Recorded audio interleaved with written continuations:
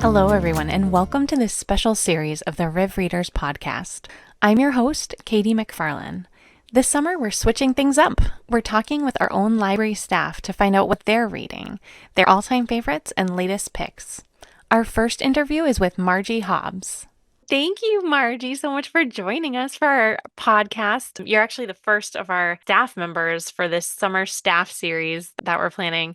And it's kind of a bittersweet thing because you're going to be retiring. Yeah. Thank you so much for inviting me to be a part of this opportunity. Yes, I am retiring from my job at Keegan High School as the library circulation manager, and I'm moving to Oregon. So I'm really excited to move closer to all my daughters and my grandchildren and to move back home, so to speak. Because you're from the West Coast originally? I am from Oregon. I'm from Yeah, Southern Oregon, but I'm moving to the Portland area. that'll Yeah, be good yeah. to be with family and have them close by. Yeah, it'll be really great. Well, would you mind telling us a little bit about yourself? Sure. I am a reading enthusiast and I've worked in libraries for most of my life. Even as a child, I volunteered in my school libraries and Oh, I was a social worker for a period of time when I was a younger person. Like I said earlier, I grew up in Southern Oregon and married my college sweetheart, and he was stationed at Pease Air Force Base, so we ended up in New Hampshire, and I just fell in okay. love with New Hampshire, and I've stayed here for most of my life. I've lived in New Hampshire, which is great. So I think of myself now as somebody from the Shire. Honorary New Hampshireite. Absolutely. So I'm the mother of three amazing women, and I have three really lovely granddaughters. And, I'm kind of a country girl in some ways, but I have loved living in the Northeast for so many reasons. The seasons are beautiful, the culture is amazing, and working in schools, high schools and here at Rivier, I just love being surrounded by people who are constantly learning and Mm. growing, and that I find really appealing and very engaging. Yeah, absolutely. I could see Mhm. that. Before we get into reading, what are you most excited about right now, looking forward to? Every day it's different. Mostly, I'm really looking forward to my summer because I'm planning to do a cross country road trip. Some of my daughters might join me on a leg of it, but Okay. I'm going to explore part of the United States that I haven't, visit some friends along the way as I drive cross country to Oregon. And I'm also Ooh. looking forward to the next invention or incarnation of myself, trying to determine what do I want to be when I grow up. I have a whole new world that I'm moving into. And so I'm kind of looking forward to creating a new life for myself, but also being close to my family.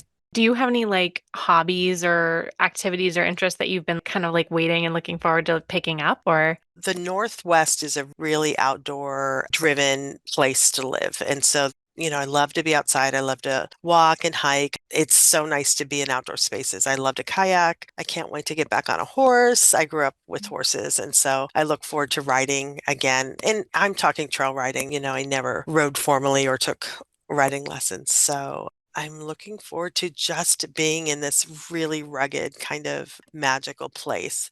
And so I hope that I fall back in love with Oregon the way have fallen in Mhm. love with the Northeast.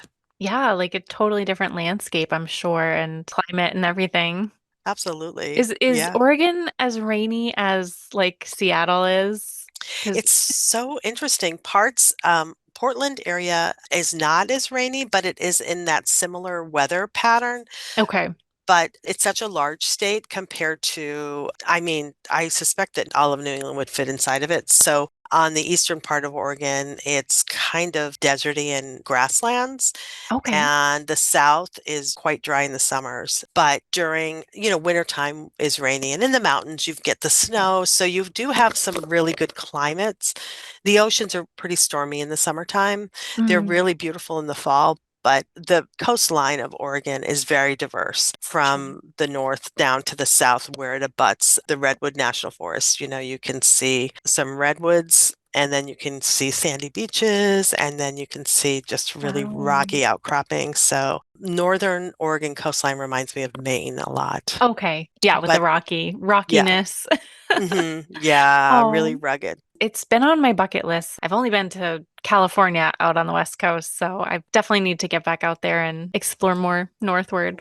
Absolutely. With the cross-country road trip, now have you like driven around a lot of the US or visited the interior states at all before, or is this going to be totally new? I've driven across the country a couple of times, but mostly in the northern part of it. 80/90 is Okay. kind of a standard path that people will take from, I think, from upstate New York across through Colorado to Eastern Oregon. But I hope to go to, my father grew up in Arizona and I've Oh, never explored Arizona. And so I hope to go. I have a good friend that used to work with me at the high school that moved there last year. And oh, I want to see the nice. Grand Canyon. I haven't seen the Grand Canyon before. So That's another bucket list item. definitely, yeah. And so I hope to see some of the Southwest as I have a brother in Colorado and I have my close, what I call my family, in Pennsylvania. So I'll drive south, then it's going to kind of be an erratic pattern. I'm driving across I country. love that. Yeah. Oh, yeah, something But a little out of the ordinary, but mhm, you've got the time to enjoy it. And absolutely. Yeah. So I'm excited about that. Being able to do something on my own timeline and not have a sense of urgency about I've got to start work on a certain date. So I'm exactly. trying to keep July open for myself. I love Yeah. that for you. Oh, so Oh, exciting. thanks, Katie. You're so sweet. So I guess let's get into the reading part of things. Sure. What are some genres that you love to read? Well, I'm pretty eclectic in what I like. My first and primary type of book that I read is probably contemporary fiction, but international fiction. I love to Okay. read what people are writing about other cultures. There are two women that I've really gotten hooked on. One is a Turkish writer named Elif Shafak, and she wrote The Island of Missing Trees. It just came out a couple of years ago, and it's Oh, about okay. Cyprus. And I have this connection to Cyprus because I've done some volunteer work with a nonprofit that is a peace building opportunity for teens who are living in Cyprus is a place that's divided. So after reading this novel she wrote, I just read everything else she wrote. And she's just really, for me, a very compelling writer. Oh, there's Was there another one? this young Irish woman who I've just devoured everything that I've read of hers. Her name's Claire Keegan. Okay. And she wrote, the first book I read of hers was this tiny little book that looks like a Christmas story. And it's Mm. called Small Things Like These. And it's a story about this man he works for the Catholic Church and on Christmas Eve is really frustrated because he has to deliver wood to the convent and he discovers something really unsettling and he has this moral dilemma on, what do I do? I'm a part of this community and am I strong enough to go against what is accepted in this Mm. community? And it's this beautiful, humble, very sparsely worded story about the complexity of living in Ireland and the complexity of standing up against oppression and of societal norms. Claire also wrote this really lovely book that it's called Foster. Okay. And it was turned into a movie. And it's called The Silent Girl or something. And they used, in Ireland, they call it Irish, but we call it Gaelic Sure. as the predominant language. And that's, again, a story about living in Ireland and the complexities of Ireland before the 90s. This girl is the oldest child in her family, and she is almost being farmed out to her aunt and uncle for the summer. One less mouth to feed Mouth in the to feed. family kind of thing is happening. And her summer ends up being filled with a really loving experience. Oh, wow. And there's a little mystery to it. It's a very humble little book as well, Mhm. but it's written so beautifully. And, it's one of those books that will just, you feel it in your heart. She's one of my new finds, and once I discovered her, I've read everything that she's written very quickly because she writes small books. Yeah, would they be considered like novellas or are they actually like full-length novels? Well, she doesn't sell them as novellas, but Okay. they are kind of that size. Some of Wow. them are really small. Then she has a lot of collections of short stories. But Okay. each of these women, Elif Shafak and Claire Keegan, really give you a sense of place and they really give you a sense of culture with each of their stories. And I'd love to be drawn into somebody else's life and try to understand and learn from it. Such a huge part of reading is, putting yourself in someone else's shoes and getting to know that culture and that experience. So that's very cool. I love historical fiction, love a good story, love to learn about the world and the history of the world. And, are we repeating some of the mistakes we Sure. made or are we learning?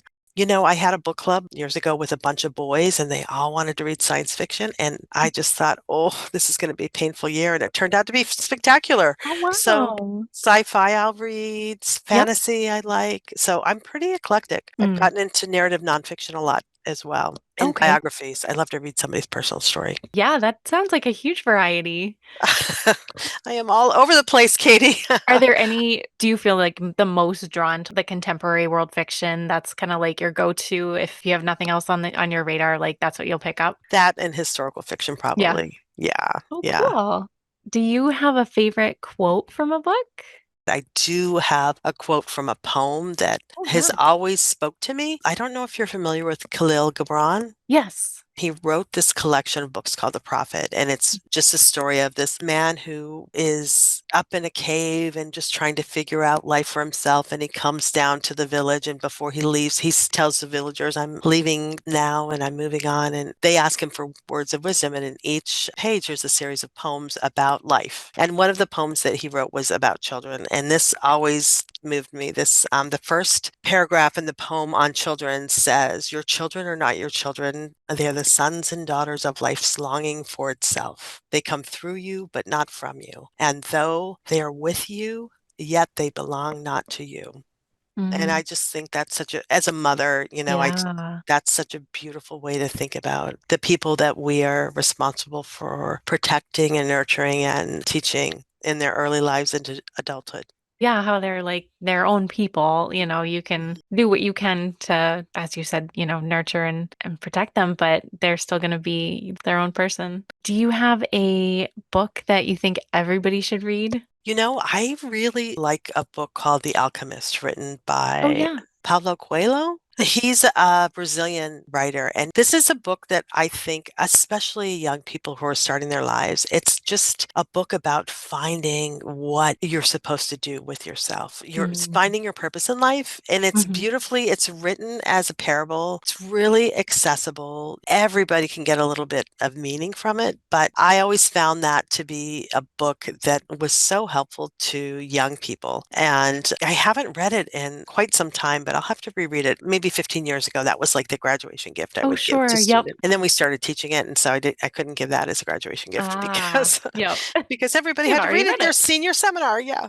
Um, but trying to figure out who you are, I think that's sort of the human condition, trying to figure out who you are and what you're supposed to do with your life. That's a beautiful way to think about it. Especially with the age groups that you've been traditionally working with, like high school and into Mhm. college. That's such a pivotal time for asking those questions and figuring that out. So that's Yeah. very cool. And that's another short one too, right? It's hmm only like, It's a very quick read. yeah, yeah. Well, this is kind of a fun question that I came across. If you got banned from the library, what would be the reason behind it? I think you know that question without asking, Katie, for talking too loud or making too many jokes at the front desk. I think that I love this library community, and Mm. I also love people. And so I tend to be very chatty, and I tend to also have funny stories to tell. So probably for being too loud, that would be my cardinal sin in the library. I don't think you're a true librarian until you've gotten shushed by a patron, which has happened to several of us. We're talking with students, we get animated, and they come over and Yeah, say, "Could you just quiet down a little bit?" absolutely. But no, I think Absolutely. I think you're one of our few extroverts on staff. The rest of us are all introverted, Oh, but we have fun with that. I love the students here, and I love this. This library community is so compelling. I think I've said this to you privately. This is probably one of the healthiest departments I've ever worked in my life. Yeah. People are so intelligent, they're so committed to what they do, and they are really very thoughtful about being professional with each other. Yeah, we have fun, but do it in a good way. Yeah, that's for sure. So, going back, which books were assigned reading for your school when you were growing up? I think the standards, Shakespeare, Romeo and Juliet, I Mhm. feel like Shakespeare is really lost on teenagers often. Yeah. I didn't appreciate Shakespeare until I was in my 40s or 50s, hmm which is so tragic. Literally. Yes, it's a tragedy. It's a tragedy. I think We also read To Kill a Mockingbird, the standards, Catcher in the Hmm. Rye. In college, when I was young, being exposed to Jane Eyre and the Brontë sisters was Mm. really cool. I think that was kind of my first historical fiction, Oh, international wow. fiction. And that was something I was introduced in like freshman literature classes. So, yeah, pretty much a lot of the standard classics, which I think you probably have read many of them yourself. Weirdly enough, we did read Catcher in the Rye because I remember I hated how whiny Holden Caulfield was. I was like, Absolutely. Could just, not I moment. don't want to hear it anymore. Yeah. But I haven't read To Kill a Mockingbird. That was not required in my classes, at least. So that's one I have to get back to. There's lists of Yeah. classics every now and then I come across one. I'm like, oh yeah, I haven't read that. It's so funny when you read them when you're a teenager and then you read them as an adult, you have such a different lens. So different. I Yeah. had a book club and we reread Wuthering Heights Hmm. maybe 10 or 12 years ago. My group of students, they were young women predominantly, Hmm. they wanted to read a classic. And so we chose Wuthering Heights. And this was like a toxic relationship 101 Yeah, with right. this gothic story, Yeah. and it's so funny. The more you mature, it loses the romance. It's like, oh my goodness, this is so unhealthy on so many levels. Absolutely. Yeah. That's one I've read at least twice, but I've enjoyed it every time I've read it. Just, I Yeah. love how, like, the moodiness and like the setting is so Yes. atmospheric before you even get into the characters and all Mhm. their traumas and their backstories and that Yes. very tangled family tree. Yeah. She was really able to capture that foreboding and that Yeah. mystery. You're right. Well, and then I know Jane Eyre has had some really interesting remixes the past few years, especially looking into like Mr. Rochester's wife. There's all these kind of like reinventions of like the mad woman in the attic and like, Oh, was it yes. really her or was it him? And Was like, he abusing her? Yeah. yeah, there's some really fascinating spins on it. And like people have written novels from her point of view or like with her and Jane going away from it together. And so like it's really fascinating what people have done with it recently. That retelling through a feminist Right. lens or through a 2024 lens is always so engaging and curious. I can't remember what it's Is it called. Bertha?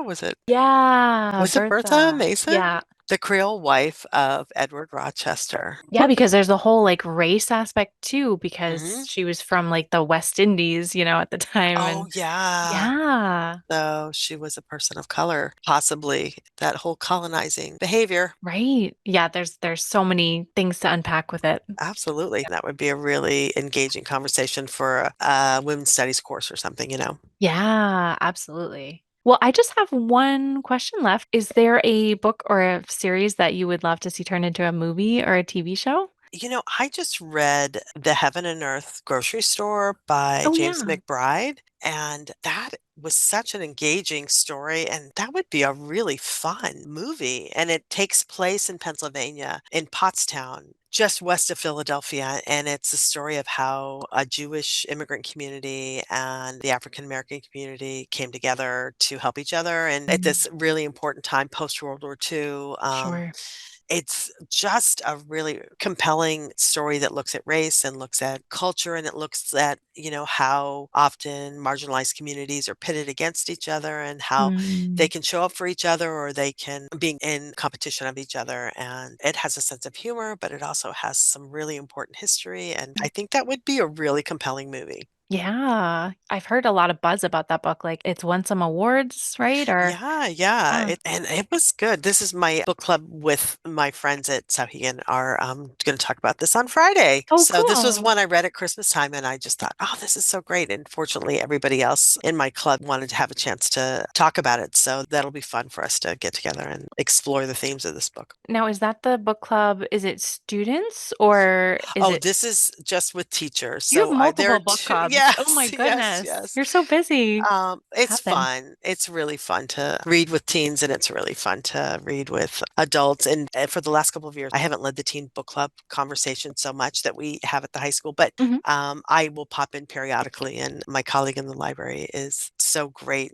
Kids are reading a lot of YA fantasy right now, which Oh, is really sure. fun. Yeah. That's the popular thing this year at our school.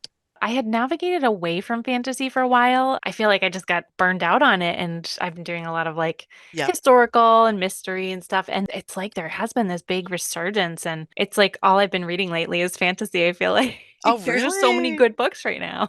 Yeah. So who do you read normally, Katie? Who's Well, on your? I'm a huge fan of Sarah J. Maas in particular. Oh, very Um, popular. but what are some other ones? I read the Fourth Wing books, Oh, those are supposed to be or at great. least like I think I've read the first book and a half. Still have yet to go back to the second one and finish it. What's the other one that I just did? Oh, it was called The Shepherd King. Mm, I think that's just a duology, but it's like again kind of like that gothic, gloomy kind of like setting or vibes, as you might say. yeah. But then I also have been reading a couple like cozy fantasies. So I read last summer, I read Assistant to the Villain, which was amazing. Like, cannot rave about it enough. Really? Yeah, I loved it. It was like The Office meets like a fantasy novel. It was just, it was so great. And so they have the second book coming out this summer for that. And then I'm just like a chapter and a half left of a book called Emily Wilde's Encyclopedia of Fairies, which Oh, it's Betty another was cozy telling me one. about that. Yeah, I love it. There were moments I was just cackling at like some of the characters and their antics. I'm kind of into like just really low stakes right now. Absolutely. Summer reading. It's summer Yeah. reading, right? Well, ironically, this one's set in the winter in like a frozen Norway kind of inspired Yeah. landscape, but it's still cozy, and it's just Oh, really that's fabulous. nice and light and easy to read. So, In historical fiction, what do you read? You said you were sort of going on a well, historical fiction bent. I've been going back and starting to listen to like audiobooks with Agatha Christie stuff. I do a historical mystery series called Royal Spyness Oh, by really? Rhys Bowen, and those are great. It's set in the 1930s and it's like a distant relative, like a 36 in line to the throne in Britain, and she solves murders and stuff. So those are fun and those are kind of lighthearted too. It's like the cozy Nice. mystery. I've been doing some Sherlock Holmes kind of retellings or Yeah. adaptations and stuff too. So Sherlock yeah, Holmes was so compelling. I didn't read that until I was probably 19 or 20, and they still stand up. They're still I really good haven't stories. read the original ones. I've seen the BBC series, Oh, which yeah. from my understanding, all the plot points are kind of there, just Hmm. obviously with a more modern twist. But I do want to go back. I've saved a couple of the audiobook versions. I'm kind of just trying to figure out like where to start because I think there's just so many and it doesn't seem like there's a super clear order. Maybe like the first I feel like the five or Hounds of so Baskerville is the is first. one of the first. It's like little And then A vignettes. They're Study in like, Scarlet is like right up there yeah. too. Yeah. So there might be like five stories that are in the first book that sort of set the tone for the relationship. But I was surprised at how compelling they were. It was really interesting to me. And I love that you're reading books with audiobooks. I feel like that is the busy person's way to Uh-huh. read. You can always have something in your car going or while you're folding laundry or cooking a Yes, meal. exactly. It's a Or at the lifesaver. gym. Yep. At the gym, absolutely. It's a lifesaver for all of us who are juggling multiple responsibilities, you know? Well, and I'm totally guilty of like, I won't put it super fast, but I will do it at like 1.2 speed. Me too. I'm like, okay, just Me keep too. moving. And some voices you can even do 1.5. Yep. Um, but it's a rare voice that you can do that fast. But Right. yeah, yeah. I think that that's a good hack It's to so get through great. them quicker. And I listen to them Yeah. at night because I always fall asleep with the book. I'll set the timer Love that. at 15 or 30 minutes, and that will be what's putting me to sleep at night, which is really nice.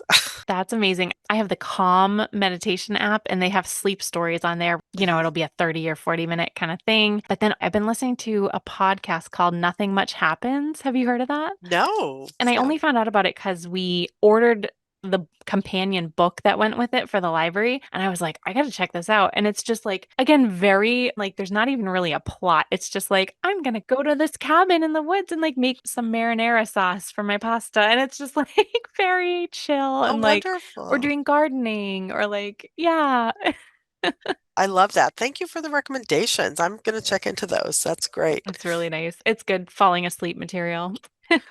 Well, thank you, Marjie. I don't want to keep you any longer because I know we got to get you back out on the desk for your second to last shift. Oh, thanks, Katie. It was so much fun talking to you. Right? Thanks for the recommendations.